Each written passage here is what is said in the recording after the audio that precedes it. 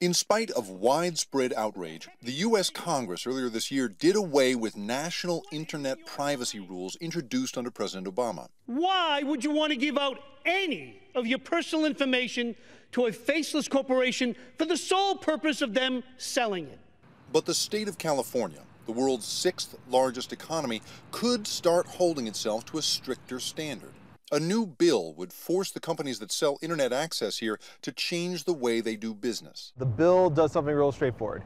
Before your cable or telephone company can use your personal information and resell it, they have to get your permission first. The Electronic Frontier Foundation, which signed on in support of the bill, argues that without such regulation, it is a very risky world. It's scary. I mean, it's a world where no one could go online and feel that they have any control about revealing personal and sensitive information about themselves. So why should we care about this law?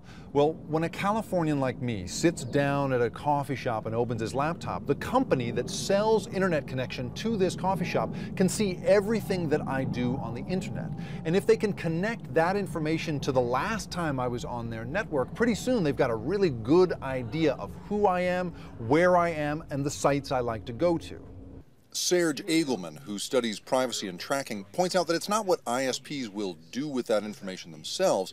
The threat to privacy comes from everyone else who buys it. Political campaigns might go to some of these, data aggregators to try and figure out, a list of people who they might think, might support their candidate.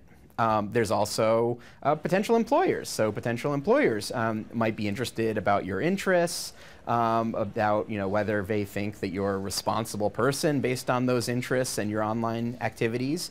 Insurers could potentially use the information when determining whether or not you're a high risk or not. No internet provider in California responded to our requests for comment. But a recent national opinion poll indicated that the vast majority of Americans believe internet providers need the permission of their customers before they trade their personal data. Only one state seems to have heard them. Jacob Ward, Al Jazeera, San Francisco.